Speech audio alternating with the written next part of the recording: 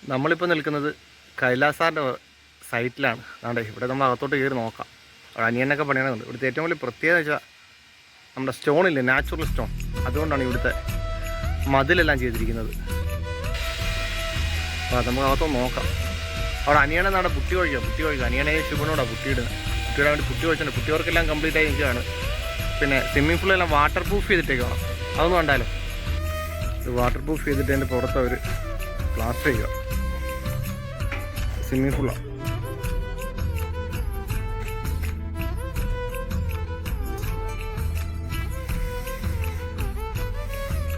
ഈ ultra ടച്ചിൻ്റെ water പ്രൂഫാണ് നമ്മൾ ചെയ്തിരിക്കുന്നത്. ഇതിന് മൊത്തത്തിലൊരു പ്രത്യേകത.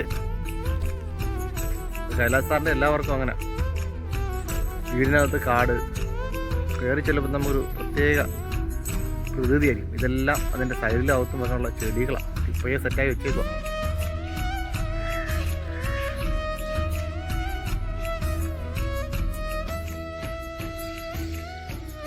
വലിയൊരു ഏരിയ തന്നെ ഉണ്ട്. പണി കഴിഞ്ഞ് ഉച്ചയ്ക്ക് വിളിക്കാൻ നല്ല സുഖമാണ്, നല്ല കാറ്റാണ് ഇവിടെ.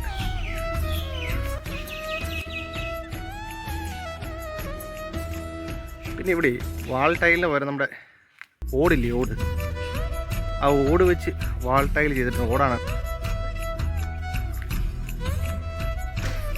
ഇത്. ഓട് വെച്ച് നമ്മുടെ ടൈലിന് പകരമായിട്ട് ചെയ്തിരിക്കുന്നത് ഓടിലാണ്. അത് നമ്മൾ ഇടയ്ക്ക് എപ്പോഴ്സ് ഫില്ല് ചെയ്തതിന് ശേഷം ക്ലിയർ അടിച്ചേക്കണം. MRFൻ്റെ ടൈൽ ക്ലിയർ അടിച്ചേക്കും.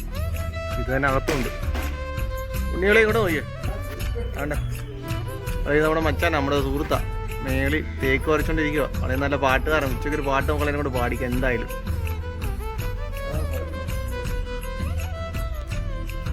നമ്മൾ തുടങ്ങിയതേ ഉള്ളൂ. നമുക്ക് അകത്തോടെ കയറി നോക്കാം.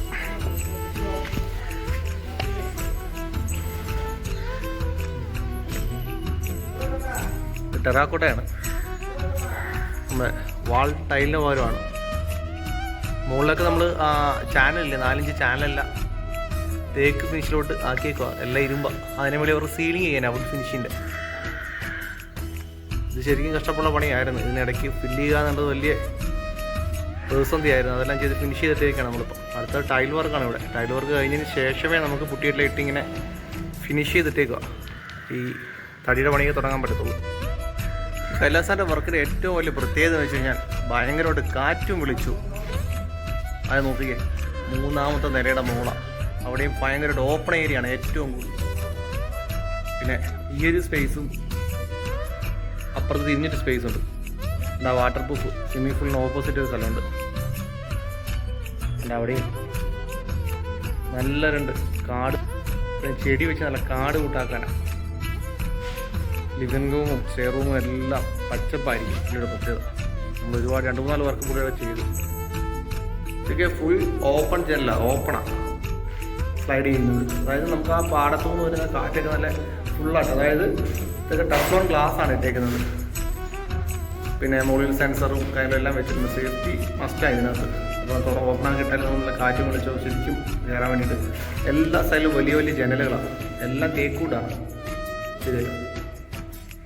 കട്ടറയെല്ലാം മാറ്റി അതെല്ലാം നമ്മൾ തേക്ക് ഫിനിഷിലോട്ട് എത്തിക്കണം.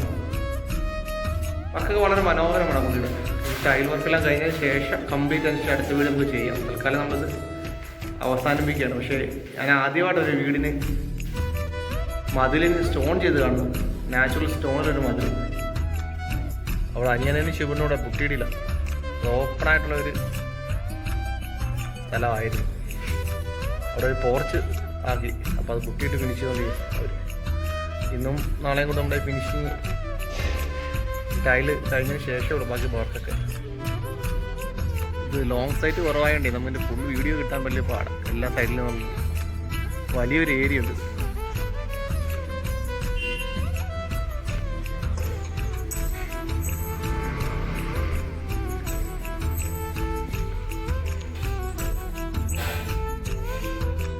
ഓപ്പൺ ആയിട്ടുള്ള എല്ലാ ഏരിയ തൊട്ട് 4-5 സ്ക്വയർ ട്യൂബായിരുന്നു.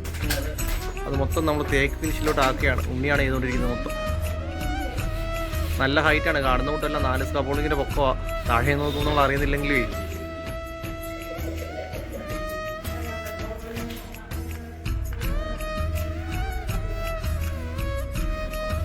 ഇത് 4 സ്കബോൾഡിങ്ങിൻ്റെ പൊക്കത്തിട്ട് ചെയ്തേക്കുക. അതിൻ്റെ അടിമൊത്തം വുഡ് സീലിംഗ് ചെയ്യാൻ വേണ്ടിയിട്ടാണ്. പക്ഷേ നമ്മൾ താഴെ നോക്കുമ്പോൾ പറയുന്നത് അതിൻ്റെ പൊക്കം ശരിക്കും വരയ്ക്കാൻ ഉണ്ണിയും എല്ലാവരും അനിയണ്ണനും ശുഭണ്ണനും അജി ഇവരെല്ലാവരും ശരിക്കും